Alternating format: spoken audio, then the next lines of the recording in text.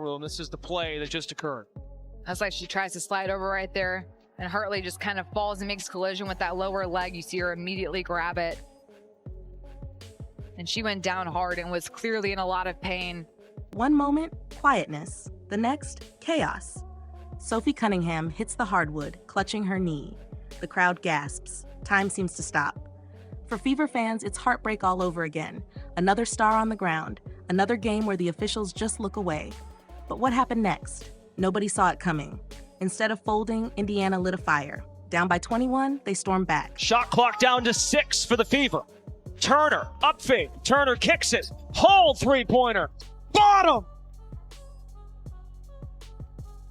Indiana, 7 on the shot clock, 25 seconds in regulation. they gotta get to the rim. Charles has to hoist and connects. Wow. The Indiana Fever prove their resiliency. Kelsey Mitchell put on the game of her life. And the Fever didn't just win a game, they sent a message to the entire league. You can hit us, you can knock us down, but you will never, ever count us out. Before the ball was even tossed, the Fever weren't just underdogs, they were hanging on by a thread. Their backcourt? Gone. Caitlin Clark still sidelined with that lingering groin injury. Sydney Colson, ACL torn. Arie McDonald, foot in a boot. That left Indiana staring at the unthinkable, a playoff push, without a single true point guard. For Coach Stephanie White, this wasn't postseason prep. This was triage. Rip up the playbook, strip everything to survival mode, hand the ball to players out of position, and pray they wouldn't crack under the pressure. Every dribble felt heavier. Every possession, a test of will. On paper, it looked hopeless. No floor general, no rhythm, no safety net. And when Sophie Cunningham went down later, that razor-thin line between fighting and flatlining nearly vanished. Midway through the second quarter, the unthinkable. Sophie Cunningham battled for position under the basket when Brea Hartley slipped and slammed straight into Sophie's right knee. The impact was violent.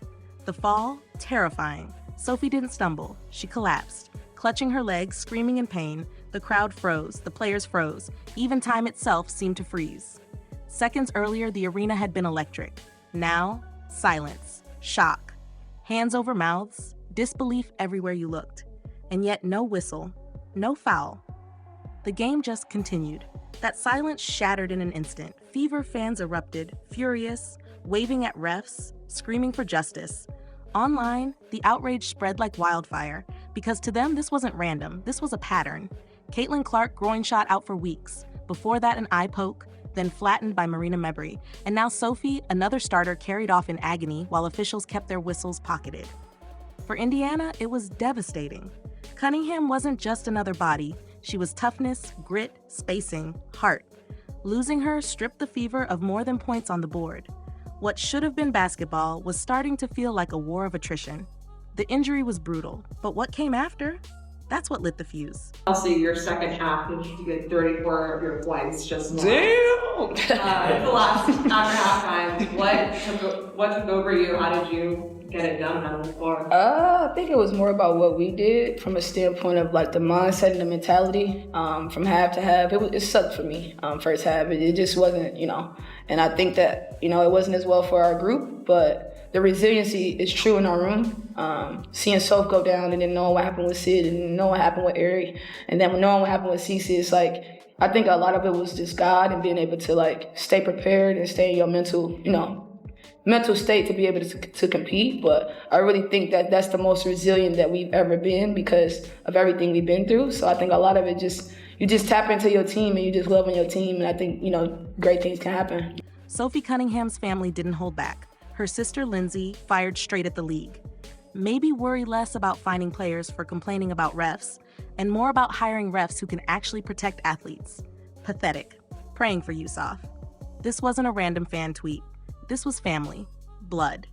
And then came her mother, Paula, pouring gas on the fire, calling Hartley plain mean, out of control. The posts spread like wildfire. Suddenly, this wasn't just about one collision. It was negligence. Fans piled on. Some dug up Hartley's history of reckless play, demanding suspension. Others turned their fury on the league itself, pointing to the growing pattern. Caitlin Clark, groin shot. J.C. Sheldon, eye poke. Marina Mebry, reckless takedown. Now Sophie. To fans, this wasn't coincidence. It was culture. A culture of letting stars get battered without consequence. And it wasn't just Indiana's side. Even Connecticut players and staff checked on Sophie. That image, opponents kneeling beside her while refs stood frozen, said more than words ever could. By the time Sophie was helped to the locker room, the energy had flipped. The crowd wasn't just watching basketball anymore. They were watching a fight for respect. And the Fever? Down another starter, standing in the middle of the storm. They had a choice: collapse under outrage or turn that fury into fuel. On paper, the game should have been over the second Sophie was carried off. No backcourt. Emergency rotations already stretched thin. Now the heartbeat of the lineup gone. Most teams would have folded, but not Indiana.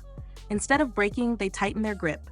Coach Stephanie White didn't sugarcoat it. Rotations were paper thin. Every possession would be survival.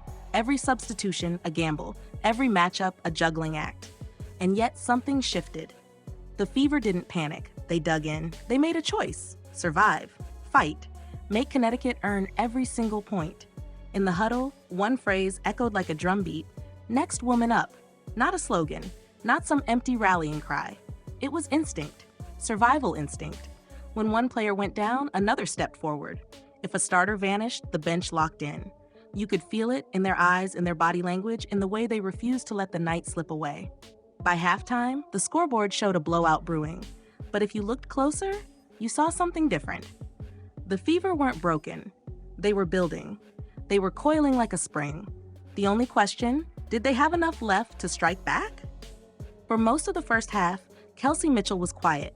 4 points, a couple of forced shots, just another frustrated face as the sun pulled away. But when the third quarter began, everything changed. Mitchell didn't just look for shots. She took over the game. Step backs, pull-ups, drives, bucket after bucket after bucket. Connecticut tried everything. Double teams, switches, traps off the pick and roll. Didn't matter. Mitchell sliced through buried contested threes and punished anyone brave enough to guard her. By the end of regulation, 28 points since halftime, and she still wasn't finished. Overtime, that was her stage. 10 more points, daggers that drained the life from Connecticut's defense. Final line, 38 points, 34 of them after halftime. One of the most explosive second halves the league has seen all season. The numbers jumped off the page: 11 of 22 from the floor, 5 threes, 11 of 12 at the stripe, 6 assists, pure efficiency under maximum pressure. Mitchell didn't just score, she commanded every possession. She dragged Indiana from a 21-point grave into a win no one believed was possible. History noticed. Her 11th career 30-point game, more than Tamika Catchings. A new Fever record. The MVP talk? Louder than ever. Even Caitlin Clark, watching from afar, dropped 2 simple words: MVP Kels. This wasn't just numbers, this was timing.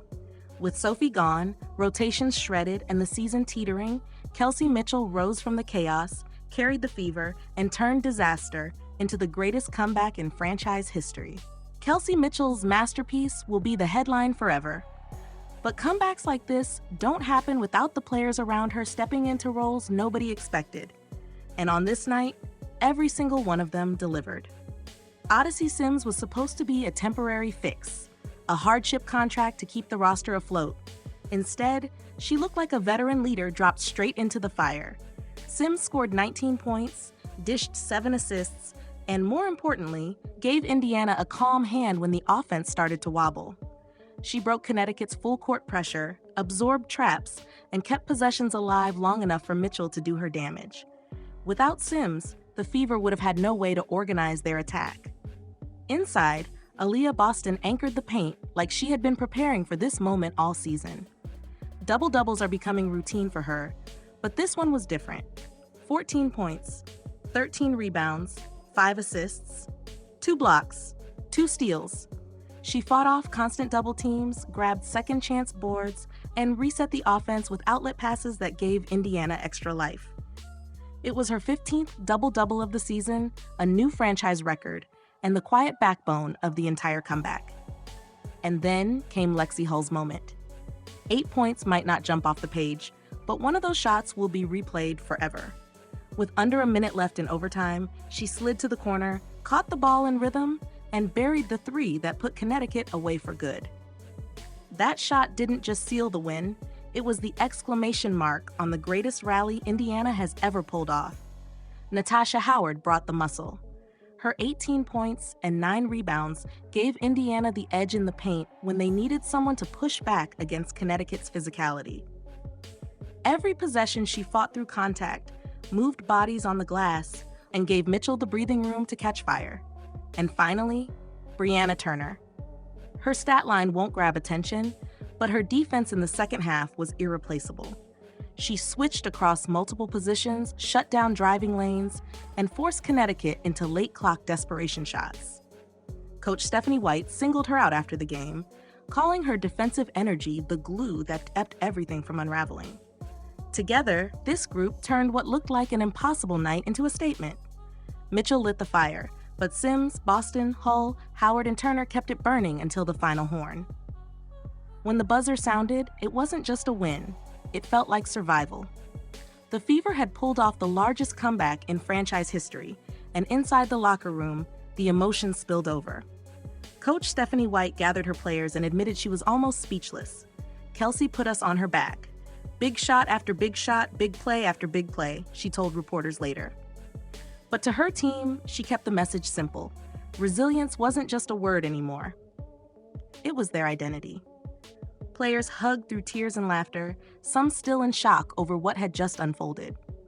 Odyssey Sims, signed on a hardship deal, was praised as if she'd been there all year.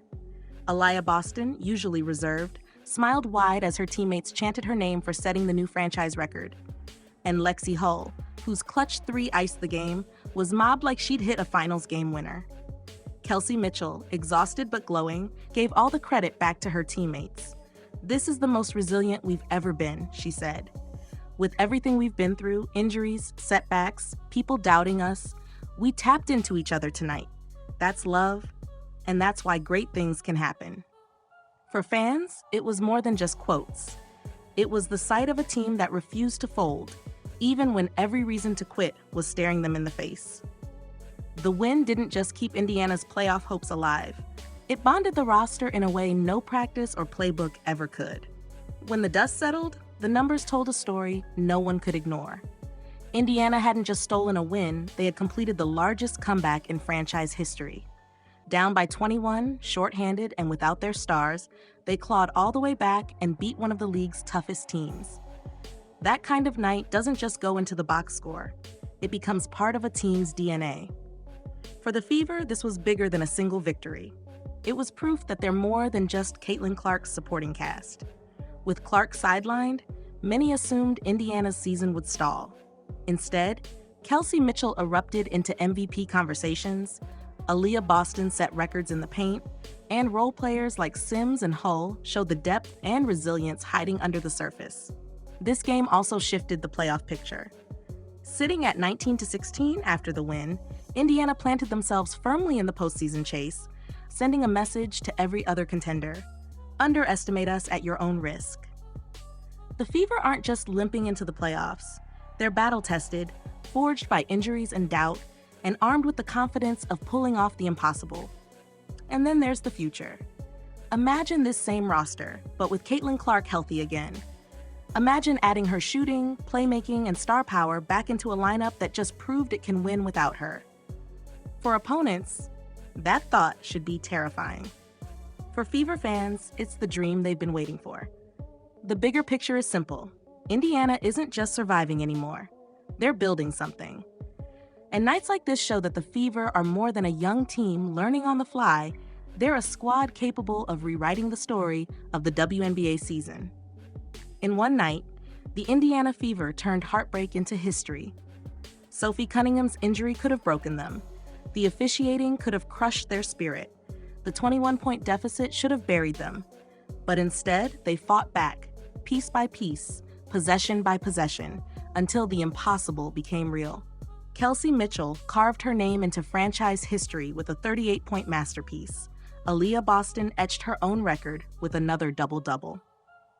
Odyssey Sims, Lexie Hull, Natasha Howard, and Brianna Turner all stepped into the fire and refused to blink. Together, they didn't just win a game, they proved the Fever are built on something deeper than talent.